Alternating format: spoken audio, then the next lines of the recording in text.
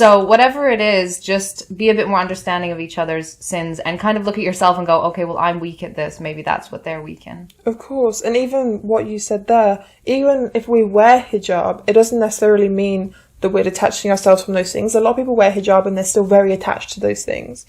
So it's a process. You build a block every month, every day, however long it takes you to build it. You just build it on very slowly. So if anybody is thinking to wear hijab, the way I approached it, because I like having lots of different clothing to wear, so I didn't want to feel restricted. I didn't want to feel like hijab was a burden or I was losing something by putting it on. So I took my time. I slowly started buying like long loose pants or long skirts and long sleeve tops and collecting hijabs as I found ones that I liked until I had a good collection at home. And I said, I can now wear hijab without feeling restricted, without feeling like I'm less than because I'm wearing it. I felt like I was equal and even more than in some ways. Yeah, I think for me, it was simplicity. Simplicity was the key. So my hijab I wear right now is super simple. It looks complicated, but it's not. It's literally just a knot I tie at the back and that's it. It's pretty much done. So I think to start with, you can buy ready-made hijabs. Ones are already done. Keeping it simple is, I personally think, is the best way to start. Unless you want to start going into all these YouTube tutorials and wrapping it this way and that way, which is fine. If you're that kind of person, then go for it. But I'm not. Simplicity was the key. If it was too complicated, I probably wouldn't have done it. And because it was simple, because I got one that was already made, literally all I had to do was put it on my head, it made it so much easier for me. So that's very helpful. How long ago did you put hijab on? Let's start with that.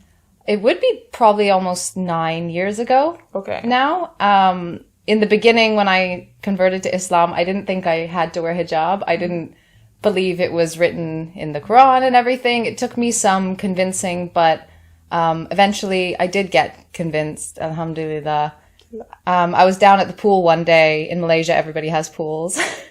And I went down in my dress and I was going to go and, sunbathe and swim. And when I got to the pool, there was a whole family of Muslims there. The men were in the pool and the women were sitting at the side in the shade in their hijabs and everything. And I thought, I don't want to take off my dress and take the attention from their men. Like I felt ashamed to do that. So I just kept my dress on and I just sat at the side of the pool with my feet in the pool. And I took that time to kind of contemplate and reflect the meaning of hijab, the purpose of hijab. And I thought to myself, in a way, I feel like it evens the playing field a little bit. I feel like people are valued more for their iman, for their brain, instead of so much as their looks. And I thought in that moment, it was such a beautiful concept. And I was finally convinced. So I took that moment to sort of make the intention to eventually put on a hijab, inshallah. MashaAllah. But were you Muslim when you went down the pool? Yeah. It was probably about 3 months or so into being Muslim, I think, when this happened.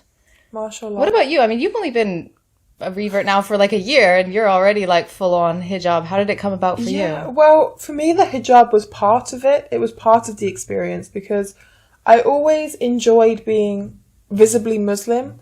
I remember hearing something once before where somebody said to me that if someone is reminded of Allah when they look at you, it's a form of sadaqah. That's what they said. And you get good deeds for it.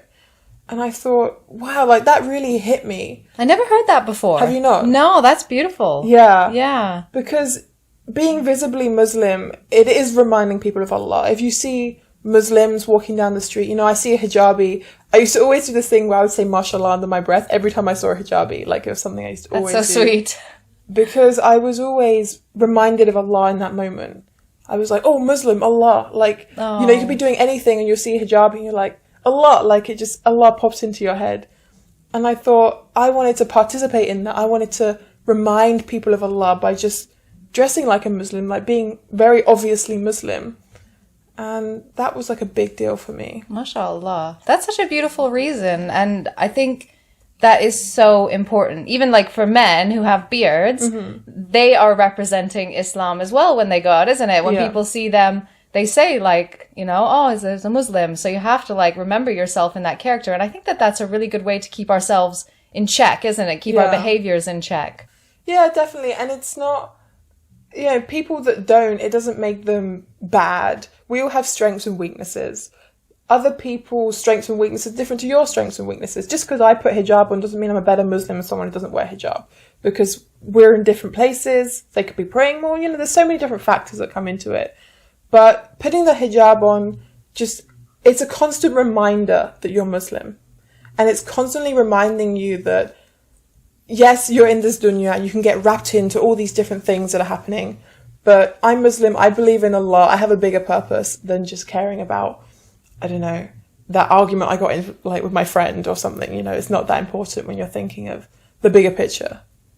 And I think surrounding yourself with good sisters is also really helpful. Sisters that want to bring you closer, not further away from the deen. Sisters that will help you, that will be there for you, that will remind you of Allah subhanahu wa ta'ala. And elevate each other, don't tear each other down. There's that phrase, instead of telling the whole world that her crown is crooked, fix it for her, and let's really be there to get each other to the next level in our deen and help each other reach the goals that we want to reach in our deen.